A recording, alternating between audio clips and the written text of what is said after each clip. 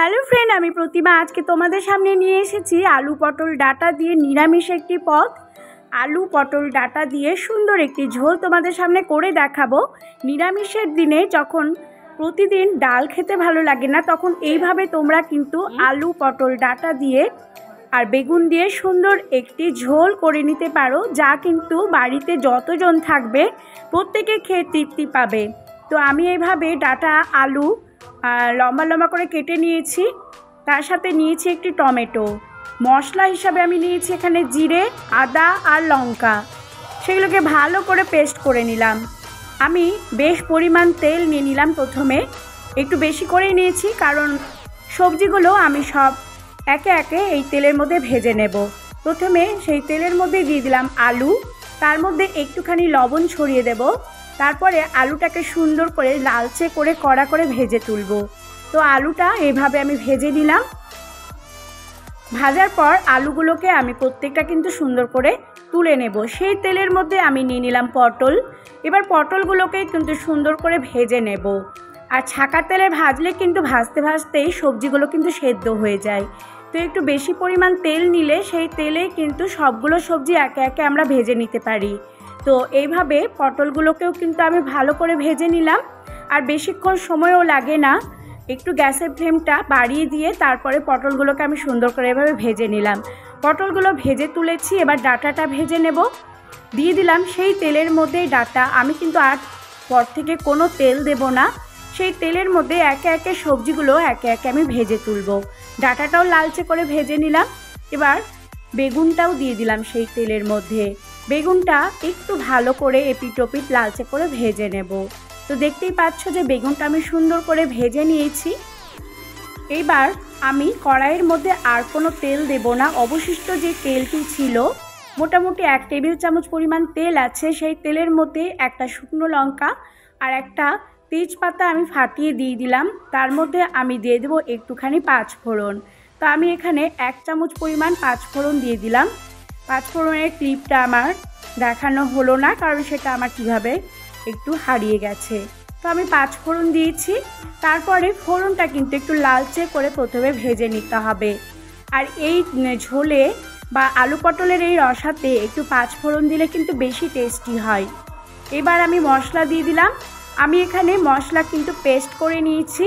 কাঁচা জিরে নিয়েছি 1 চামচ পরিমাণ, তার মধ্যে আদা নিয়েছি 1 ইঞ্চির মতো ছোট ছোট টুকরো করে নিয়েছিলাম, তার মধ্যে দিয়েছি 4টে কাঁচা লঙ্কা।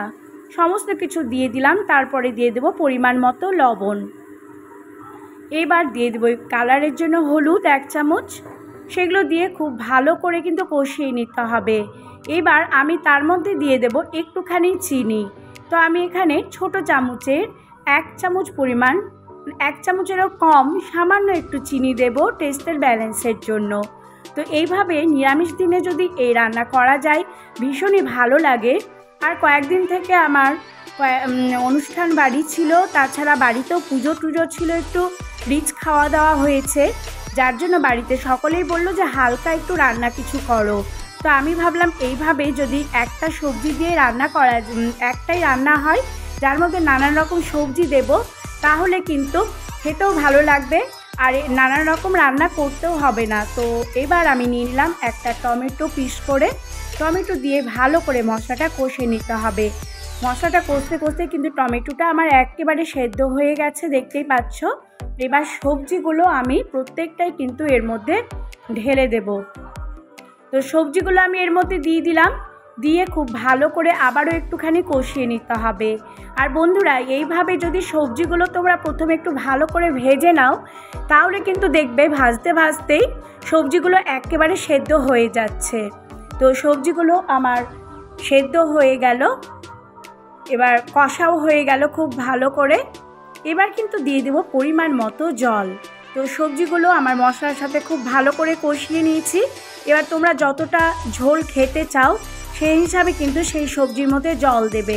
একেবারে শুকনো করব না, একেবারে মেখে যেন আমরা ভাত খেতে পারি, সেই জন্য একটু জল দিতে হবে বেশি পরিমাণে।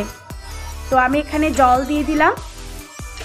বাড়িতে যতজন লোক আছে সেই হিসাবে কিন্তু জল দিলে তারপরে কিছুক্ষণ কিন্তু ফুটিয়ে নেব, সেই জন্য জলের পরিমাণটা একটু বেশি দিতে হবে।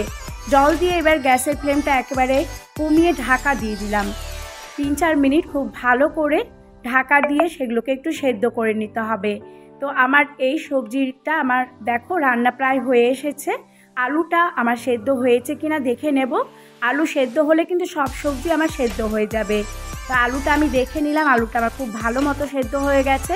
তার মানে আমার প্রত্যেকটা সবজি কিন্তু একেবারে সেদ্ধ হয়ে গেছে। এবার গ্যাসটাকে বন্ধ করে দেব। রান্নাটা আমার প্রায় কমপ্লিট হয়ে গেছে। এবার যখন একেবারে ফোটা বন্ধ হয়ে যাবে তখন গ্যাসটাকে আমি বন্ধ করে দেব। গ্যাসটা বন্ধ করে দিয়ে উপর থেকে আমি 1 চামচ পরিমাণ ঘি দিয়ে দিলাম। আর আমি এর মধ্যে সামান্য একটু গরম মশলা আমি উপর থেকে ছড়িয়ে দেব। ব্যাস, এইবার আর গ্যাসটা জ্বালাবো না। গ্যাসটা আমি বন্ধ করে দিয়েছি। এবার একটু ঢাকা দিয়ে দেব। ঢাকা দিয়ে বেশ কিছুক্ষণ রাখবো।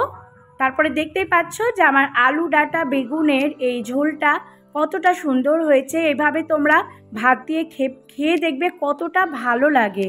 করে দেখবে নিরামিষ দিনে, বিশেষ করে শনিবার মঙ্গলবার এই রান্নাটি করে দেখবে ভীষণ ভালো লাগে। ভালো লেগে থাকলে অবশ্যই সাবস্ক্রাইব করার অনুরোধ।